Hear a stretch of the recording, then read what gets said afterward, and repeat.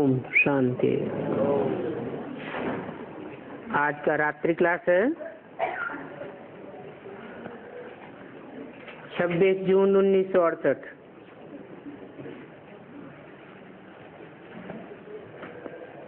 Garden of अल्लाह बनना है।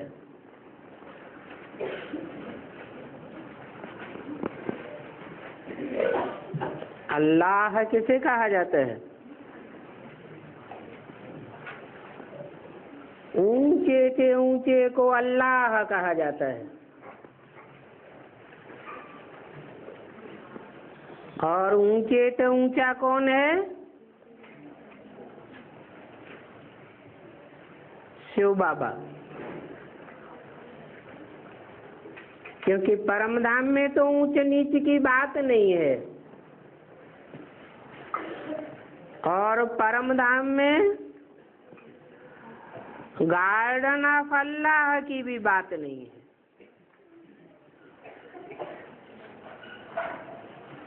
नई सृष्टि का फाउंडेशन पड़ता ही है गार्डन ऑफ अल्लाह से।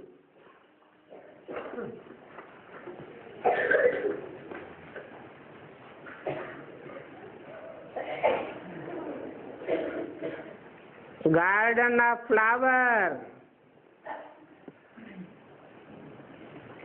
और फॉरेस्ट ऑफ शैतान कहते हैं ना।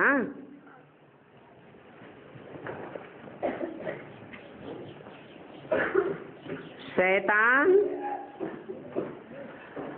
अर्थात डेविल, आसुरी संप्रदाय, भ्रष्टाचारी।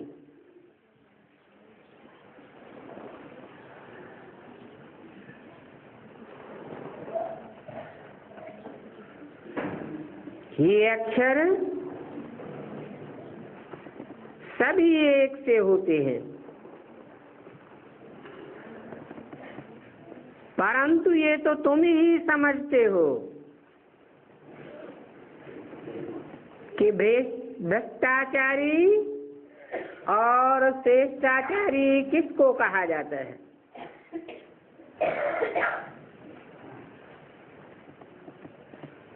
भ्रष्टाचारी जरूर भ्रष्ट कर्म करेंगे, भ्रष्ट कर्म होते हैं वो जो दूसरों को दुख देते हैं, और श्रेष्ठाचारी श्रेष्ठ कर्म करेंगे। श्रेष्ठ कर्म होते हैं वो जो दूसरों को सुख ही देते हैं, और अल्पकाल का सुख नहीं, सदा काल का सुख देते हैं। तो उनकी स्मृति आती रहती है। सुख देने वाले की स्मृति आती है।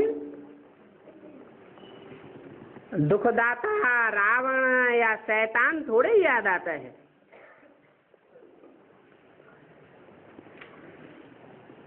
ये बातें सिर्फ तुम ही जानते हो, और पहले तो कुछ भी नहीं जानते थे।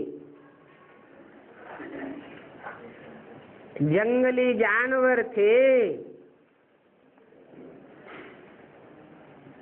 इस पढ़ाई में और उस पढ़ाई में रात दिन का फर्क है।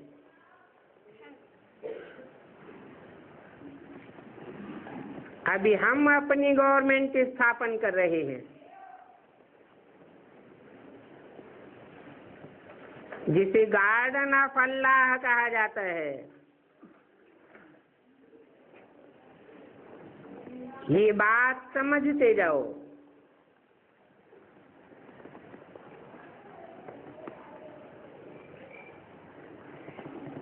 तुम युक्ति से कोई को भी मखमल की पादर लगा सकते हो,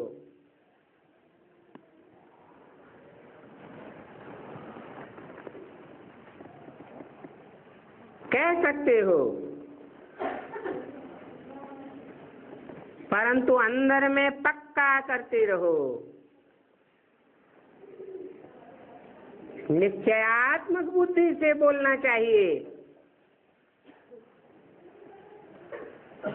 पांडव और कौरव नाम तो है ना,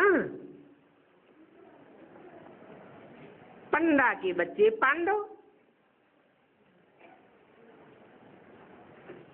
पंडयति अर्थात ले जाता है ठिकाने पर, उसको कहते हैं पंडा। और ऊंच से ऊंच ठिकाने पर ले जाने वाला है, उस पंडे के बच्चे तुम नंबरवार पांडव हो। कौरव नाम भी है, जरूर ऐसा काम किया है। कौए को कहा जाता है। कौआ गंध करता रहता है, गंध खाता रहता है और काव काव करके गंध खाने वालों को ही बुलाता है। जो काव काव करता है उसको रव कहा जाता है। रव अर्थात शोरगुल। तो कौए शोरगुल बहुत करते हैं, परंतु गंध की दुनिया बनाते हैं। तुम पंडे तो रास्ता बताते हो, ऊंच से ऊंच शांति धाम और फिर सुख धाम जाने का।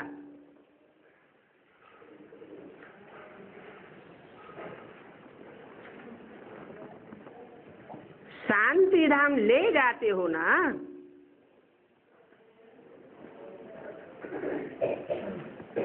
तुम्हारी तो प्रैक्टिकल बात भी है। प्रैक्टिकल शरीर के द्वारा किया जाता है, इसलिए बोला तुम बच्चे परम धाम को इस सृष्टि पर उतार लेंगे।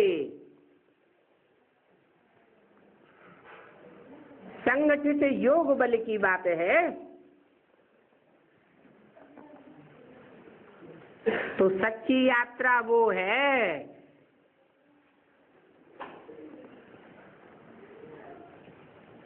तुम ऐसे ऊंच से ऊंच तीर्थ के यात्री हो।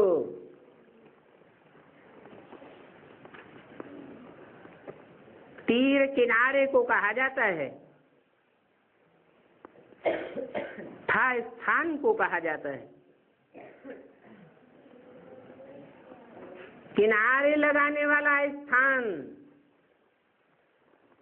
अर्थात ठिकाने लगाने वाला स्थान। तुम्हारी बुद्धि ठिकाने लगती है तो तुम सब की बुद्धि को ठिकाने लगाते हो। ये तो जानते हो कि इस दुनिया में ऊंचे से ऊंचे तीर्थ कौन सा है?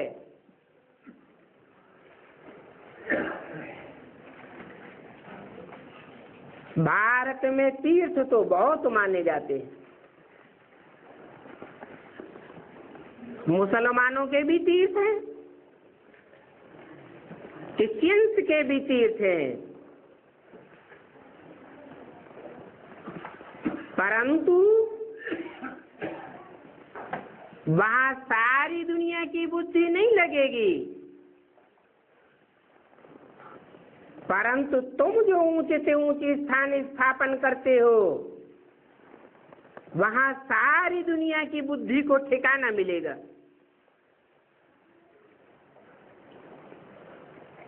तो वह ऊंचे से ऊंचे तीर्थ स्थान, उसका नाम माउंट आबू कहा गया है।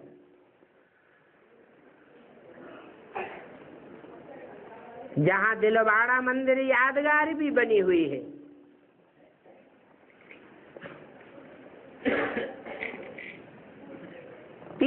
में मनुष्य किस लिए जाते हैं?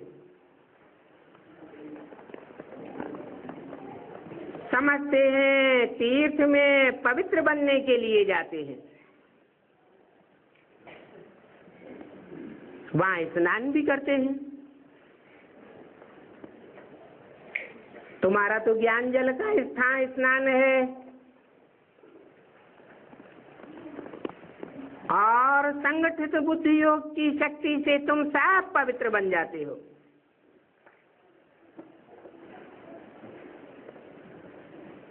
शास्त्रों में भी लिखा है, संगौ शक्ति कलौ युगे। कलयुग में संगठन की शक्ति बहुत काम करती है, और तुम्हारी तो प्योरिटी की यूनिटी है, सच्ची यूनिटी तुम्हारी है। वाइब्रेशन को भी बांध लेते हो। पवित्र दृष्टि से पवित्र सृष्टि बन जाती है। भक्ति मार्ग में तो गंगा स्नान करते हैं पवित्र बनने के लिए। गंगा जल को अमृत समझ करके पीते हैं।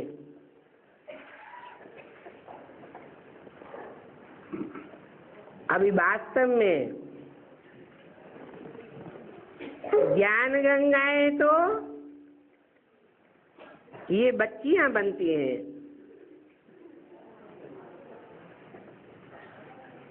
बच्चे बाप को याद करने का भी पुरुषार्थ करते रहते हैं, ज्ञान स्नान भी करते रहते हैं। अभी बच्चे सर्विस करके आए हैं। सच्ची सच्ची ईश्वरीय सेवा तो तुम बच्चे करना जानते हो। जिन जिन का पार्ट है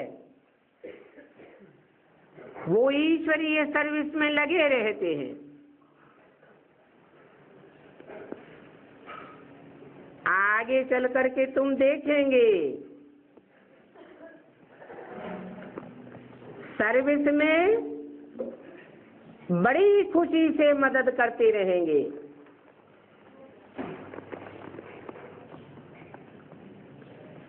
तुमको ऐसा महसूस नहीं होगा कि हमारी बात तो कोई सुनता ही नहीं, हमको कोई सहयोग नहीं देता। तो बाप आकर अभी बच्चों को धैर्य देते हैं।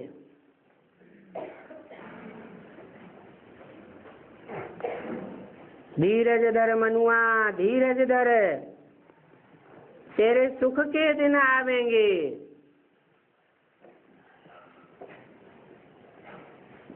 सारी दुनिया के लोग तुम्हारी बात सुनने के लिए बाध्य हो जाएंगे।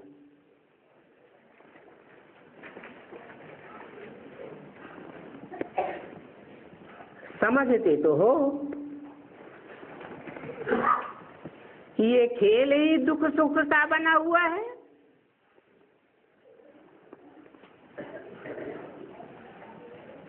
और बाप दुख और सुख के संगम पर ही आते हैं।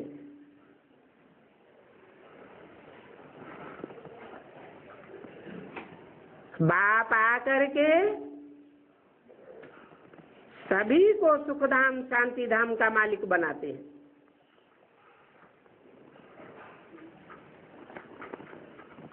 इस ड्रामा के राज को तुम बच्चे समझते हो।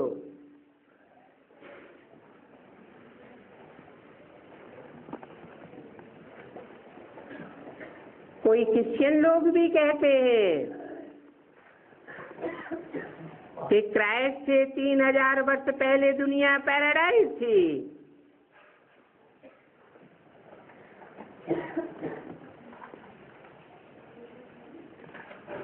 परंतु वंडरफुल बातें हैं शास्त्रों में, जो भारतवासियों ने इतने बड़े गपोड़े बैठ लगाए हैं। फिर आगे चल करके सच्चाई सिद्ध होती रहेगी। सारी वर्ल्ड की हिस्ट्री ज्योग्राफी रिपीट होती रहेगी।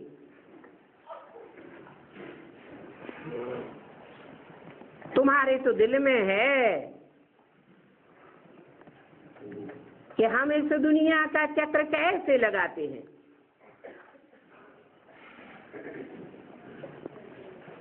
अभी ये ज्ञान तुम्हारे दिल में है,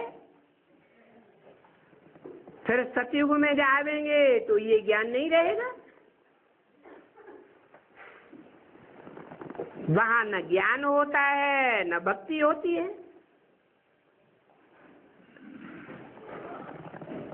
यहाँ बुद्धि में ज्ञान भी है तो भक्ति की बातें भी बुद्धि में बैठी हुई हैं।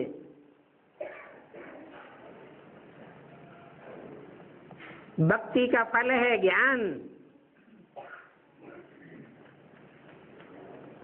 और ज्ञान मिलता ही है संगम पर। तो अभी बाप बच्चों को आप समान बनाए रहे हैं।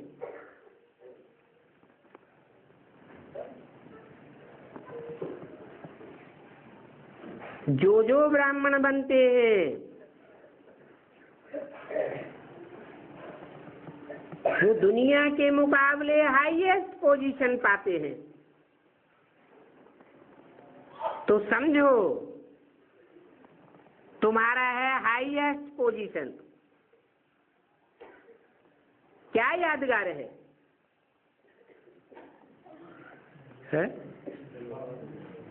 यादगार है आसमान के 9 लाख सितारे। कितनी हाईएस्ट पोजीशन है। जब विनाश होगा तो ये 9 लाख सितारे नंबरवार ऊंची स्टेज में ज्ञान की चमक मारते रहेंगे सारी दुनिया के सामने। तो तुम्हारा पोजीशन देवताओं से भी हाईएस्ट है।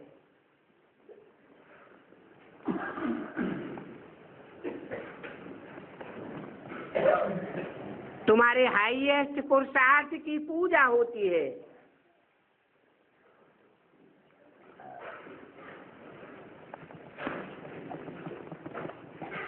पूजा प्योरिटी की होती है।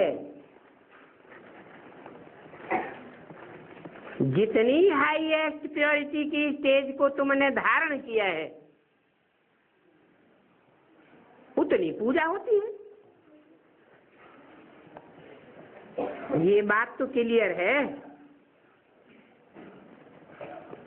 अभी तुम्हारी बुद्धि में तो बैठा है पक्का कि हम इस सत्य रूपी रंगमंच के एक्टर्स हैं और इस रंगमंच से कोई भी बाहर नहीं जा सकता। हर एक एक्टर है, जितनी भी संख्या है। ये भी समझते हैं कि सतयुग में तो बहुत थोड़े मनुष्य होंगे।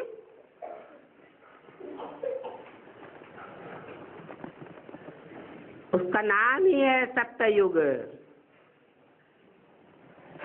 सतो प्रधानता का युग है ना।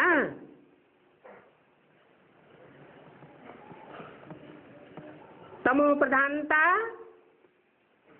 और सतो प्रधानता।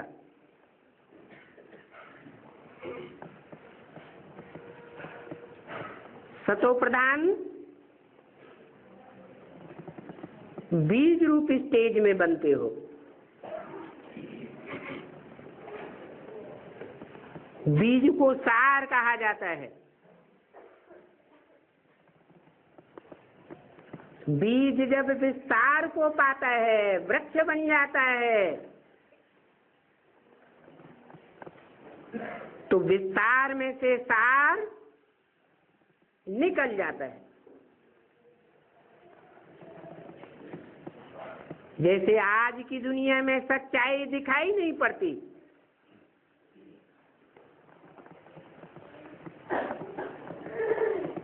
सारी दुनिया में झूठ ही झूठ फैला हुआ है।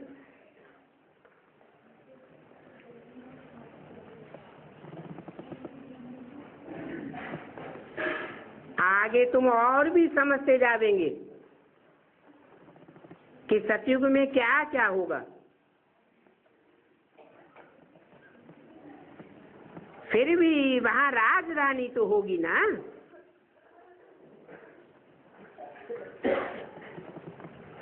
पहले पहले ये लक्ष्मी नारायण होंगे और इनकी फर्स्ट क्लास प्रजा भी पहले होगी। फिर बाद में second class, third class, fourth class प्रजा वृद्धि को पाती रहेगी। आगे चल के तुम प्रैक्टिकल में देखेंगे, तुम देखेंगे, वो नहीं देखेंगे। तुम बच्चे देखेंगे कि नई दुनिया में क्या क्या होता है।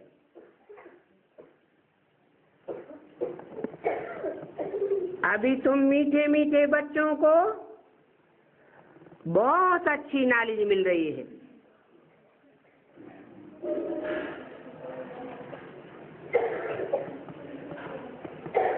बाप डायरेक्ट पढ़ाते हैं ना। जब सारी दुनिया में ये नॉलेज फैलेगी तो सारी दुनिया को डायरेक्ट तो नहीं पढ़ावेंगे। एक मुख की सुनी हुई बात दूसरे मुख में बोली जाती है तो कुछ न कुछ बात में अंतर आ जाता है, बात बदल जाती है, भाव बदल जाता है।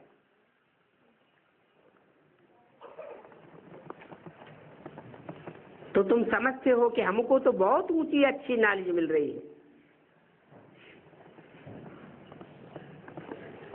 दुनिया वालों को तो ये नसीब नहीं होने वाला है।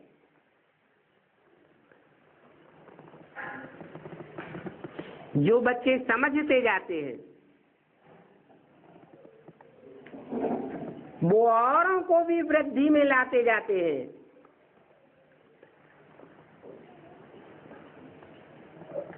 बल और कुछ नहीं समझे, भगवान तो जान जाते हैं ना। पक्का बुद्धि में बैठ जाता है भगवान एक व्यापी है, सर्वव्यापी नहीं है। और ये भी जानते हो कि वो भगवान निराकार है। निराकार, निराकारी, निरहंकारी, निर्विकारी को कहा जाता है।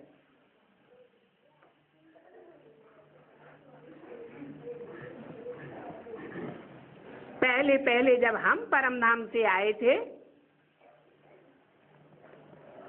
तो हम भी निराकार थे।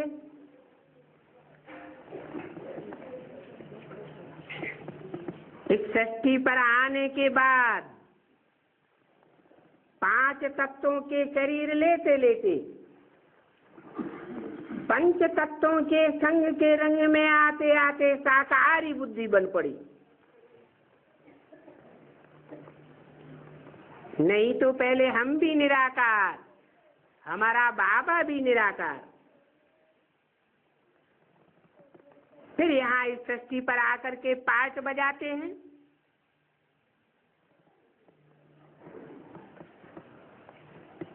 तो कोई भी आवे, बोलो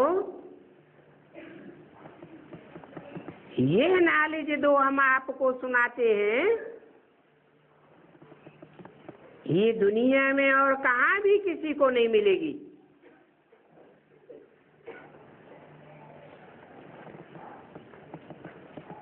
ये नॉलेज की शुरुआत दिव्य दृष्टि से हुई है।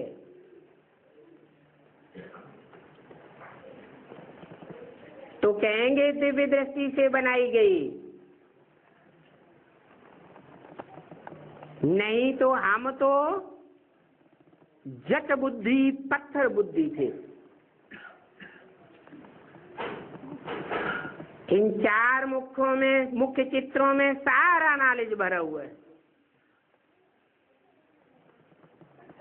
और ये चित्र भी दिव्य दृष्टि से बनवाए गए थे।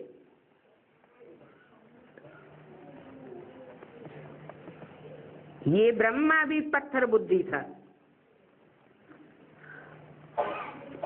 भी क्यों लगा दिया? अकेला यह ब्रह्मा की बात नहीं है। ब्रह्मा को तो चतुरानन पंचानन कहा जाता है। तो जो भी ब्रह्मा का पार्ट बजाने वाली आत्माएं हैं, वो सब नंबरवार पत्थर बुद्धि बनती है।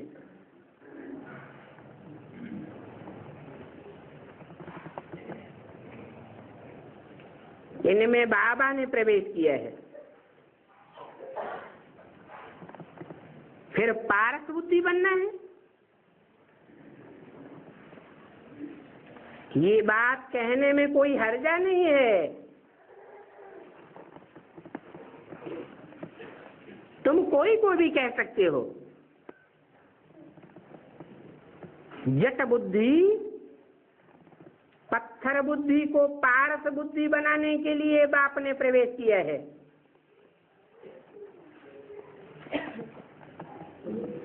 क्योंकि जानते हो कि श्री श्री 108 तो बाप ही है ना।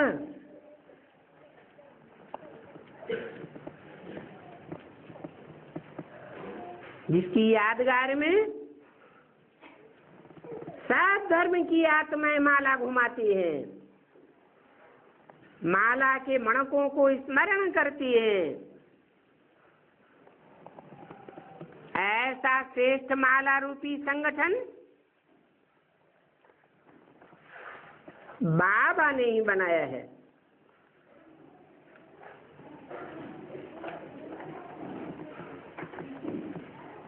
सच्चाई तो सच्चाई है, और सच्चाई को हर जगह लिखने की भी क्या दरकार है।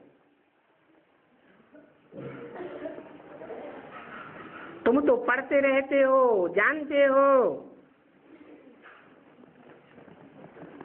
तुम बच्चों की बुद्धि में रहना है कि हमको शिव बाबा पढ़ाते हैं। जिनको शिव बाबा डायरेक्ट पढ़ाते ही नहीं, उनकी बुद्धि में तो बैठेगा भी नहीं। पढ़ाने वाले टीचर की याद तो आती है ना।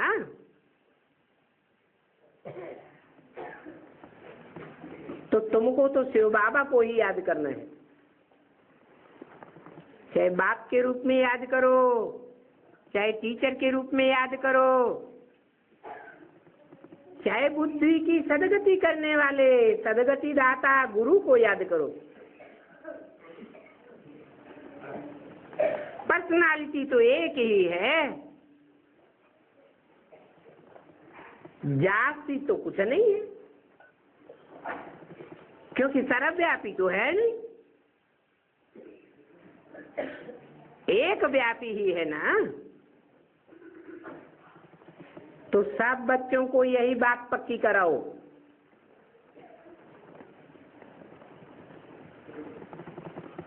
बहुत अबलाएं हैं,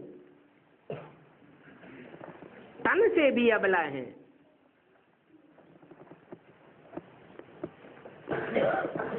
परिवार की पालना में मन बुद्धि भी बिखर गई, मन से भी अबलाएं हैं, बुद्धि से भी अबलाएं हैं। उनको भी पक्का कराओ और कुछ जास्ती मेहनत नहीं देते हैं, सिर्फ बाप को याद करो। एक को याद करने में मुश्किलात ही क्या है? जो चीज आंखों से देखी जाती है, कानों से सुना जाता है, इंद्रियों से अनुभव किया जाता है, वो याद तो आता है ना।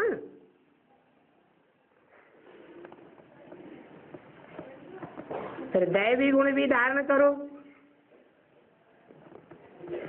दैवी गुण जितना जितना धारण करते जावेंगे, उतना तुम नंबरवार विश्व के मालिक बनते जावेंगे।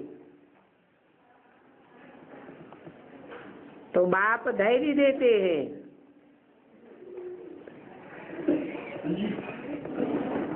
और 21 जन्म तो क्या, 40-50 जन्म भी तुमको दुख नहीं होगा।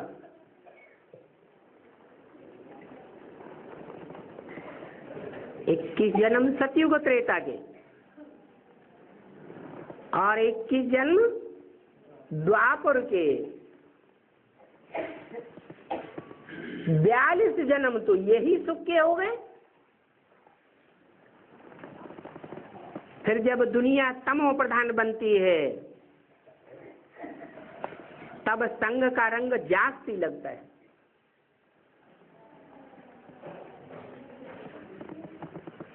अनेक धर्मों का फैलाव हो जाता है,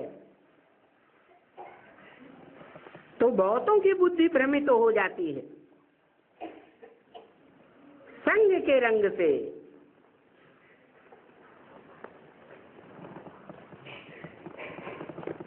और फिर पुरानी तमो प्रधान दुनिया में कितना काल का डर रहता है। नई दुनिया में तो काल को आने का दुख ही नहीं।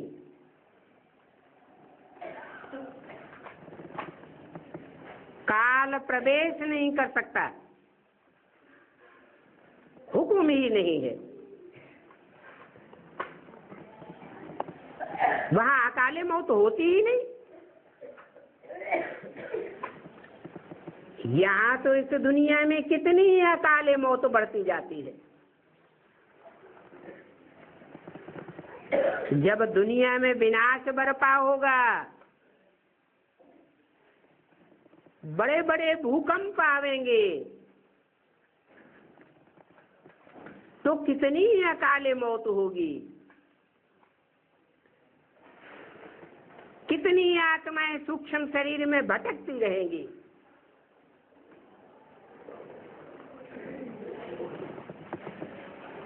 तुम बच्चे तो सतयुग में खुशी से गर्भ में जावेंगे, खुशी से शरीर छोड़ेंगे। ये प्रैक्टिस बाप तुमको यहाँ कराते हैं। इसलिए कहते हैं अपन को आत्मा समझ, बाप को याद करो, तो तुम्हारे पाप कर्म भस्म हो जाएंगे और तुम सदा काल के लिए आत्मिक स्थिति में स्थित हो जाएंगे। अभी 63 जन्मों के पाप कर्म भस्म नहीं हुए हैं, इसलिए दुखों की रील बार बार घूमती रहती है। तुम बार बार प्रैक्टिस करते हो कि हम बाप को ही याद करें, परंतु वो पाप कर्म पीछे लगे हुए हैं, बाप को याद नहीं करने देते।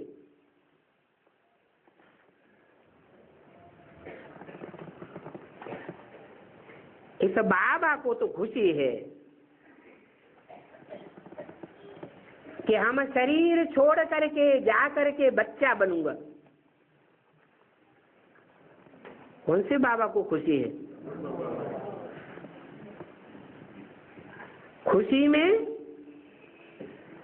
बच्चों को भी खग्गियां मारते रहना चाहिए।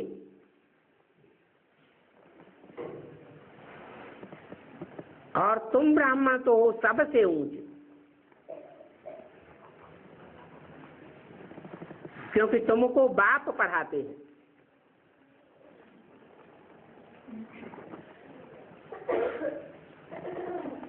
इनको बाप नहीं पढ़ाते हैं। किनको? ब्रह्मा को बाप नहीं पढ़ाते हैं। पढ़ाते तो हैं, परंतु बाप के पढ़ाने की इनको अनुभूति अपने शरीर से नहीं होती। जब शरीर छूट जाता है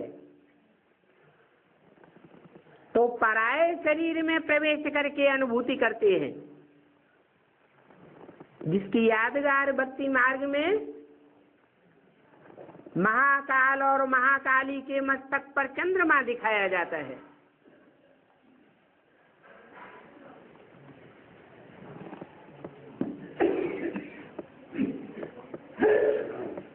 तो बाप बताते हैं तुम सबसे ऊंचे ब्राह्मण हो। ब्राह्मणों की भी कुरियां होती हैं। ऊंची कुरी का ब्राह्मण, नीची कुरी का ब्राह्मण। तो तुमको वह ऊंचे से ऊंचे ब्राह्मण बनने का नशा होना चाहिए।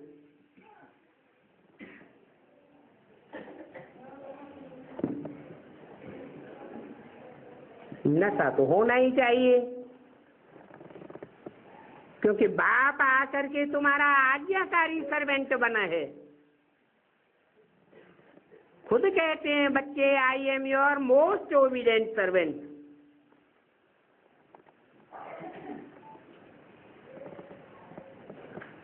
सर्वेंट बनते हैं तब तो तुम बच्चों को आकर नमन करते हैं। नमन करना माना सर झुकाना।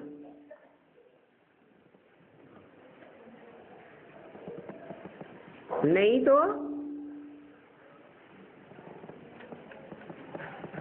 उस दुनिया में तो टीचर और गुरु अपने को कितना बड़ा समझते हैं।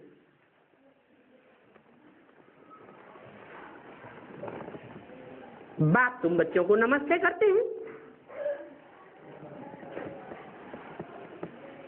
बाप बच्चों के आगे बढ़ाई क्या दिखावेंगे?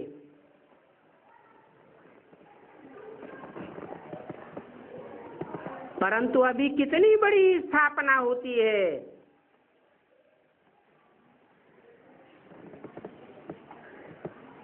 उस स्थापना के लिए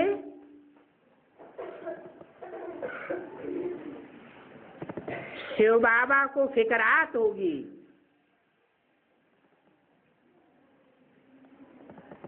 और इनका तो सत्य बाबा के साथ कितना नजदीक में संग है। किनका? ब्रह्मा बाबा का कितना नजदीक संग है।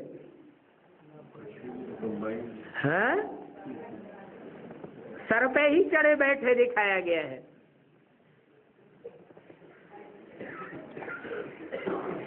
बेसिक नॉलेज में भी सबसे पहले कौन सुनते थे? ब्रह्मा बाबा के ही कान सबसे पहले सुनते थे।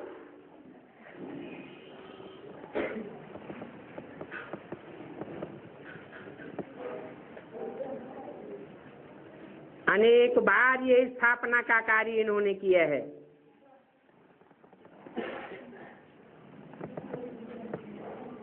उनके संग में यह भी समझते हैं। किनके संग में? उनके कह करके दूर किसको किया? जो मनुष्य शक्ति का बाप है, बाप समझदार को कहा जाता है, बच्चा बुद्धि बेसमझ को कहा जाता है। परंतु बोला कि उनके संग में ये ब्रह्मा बाबा भी समझते हैं, आगे पीछे। ये तो कॉमन बात है।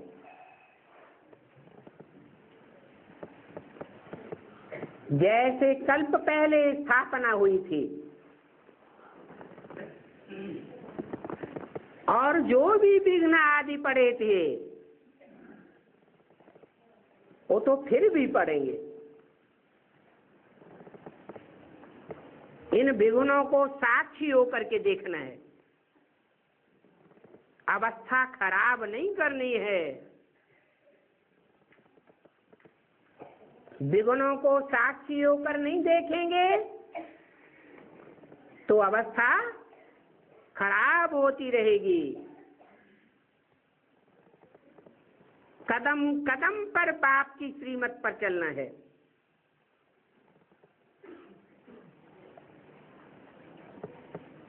किसकी मत पर? बाप की श्रीमत पर चलना है। ऐसे नहीं कहा कोई दूसरे की मत पर चलना है।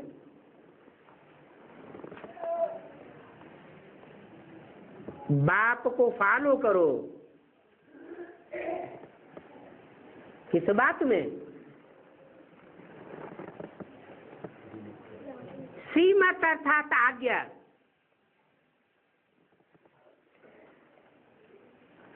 आज्ञा को फॉलो करना है। बाकी कर्मों में बाप ने ब्रह्मा के द्वारा जो पार्ट बजाया है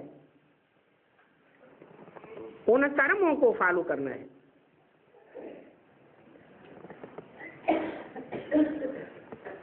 इसलिए बाप कहते हैं मेरे को याद से फॉलो करना है। बाकी एक्टिविटी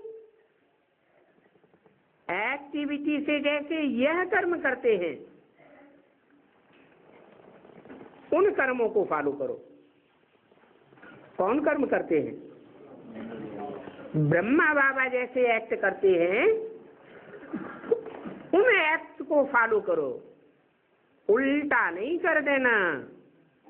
क्या कि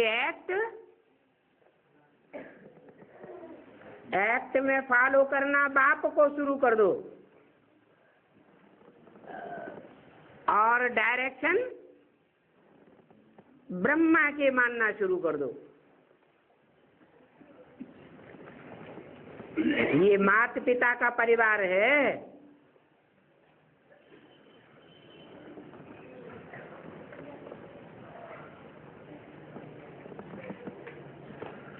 काम बटा हुआ है। तुमने जाना कि ये ब्रह्मा बाबा तो कब किसी को गुस्सा नहीं करते।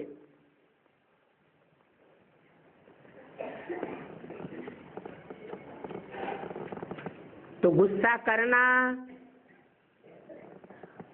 ये भी कर्मेंद्रियों की एक्ट हुई ना। ज्ञानेंद्रिय की भी एक्ट हो जाती है। आंख है ज्ञानेंद्रिय। कोई गुस्सा करता है तो आंखें लाल लाल हो जाती है।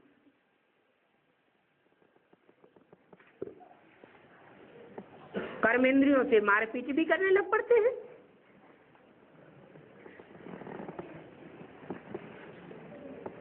यह तो किसी को नहीं मारता।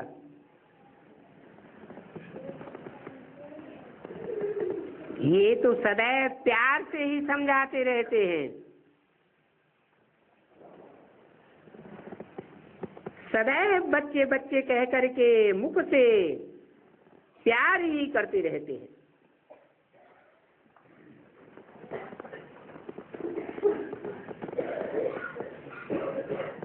तो प्यार ही प्यार देने से बच्चे सुधर गए क्या?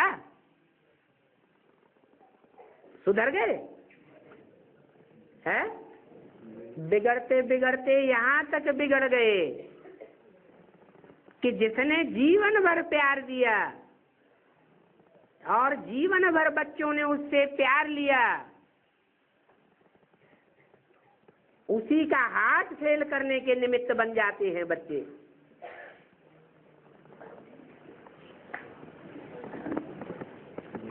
फिर कैसे सुधार होगा?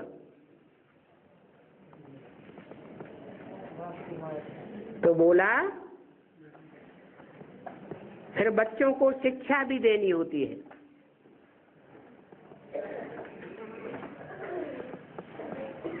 बाप शिक्षा भी देते हैं, तब सुधार होता है।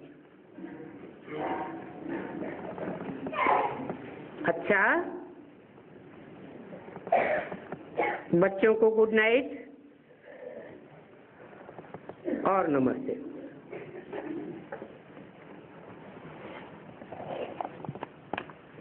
ओम शांति।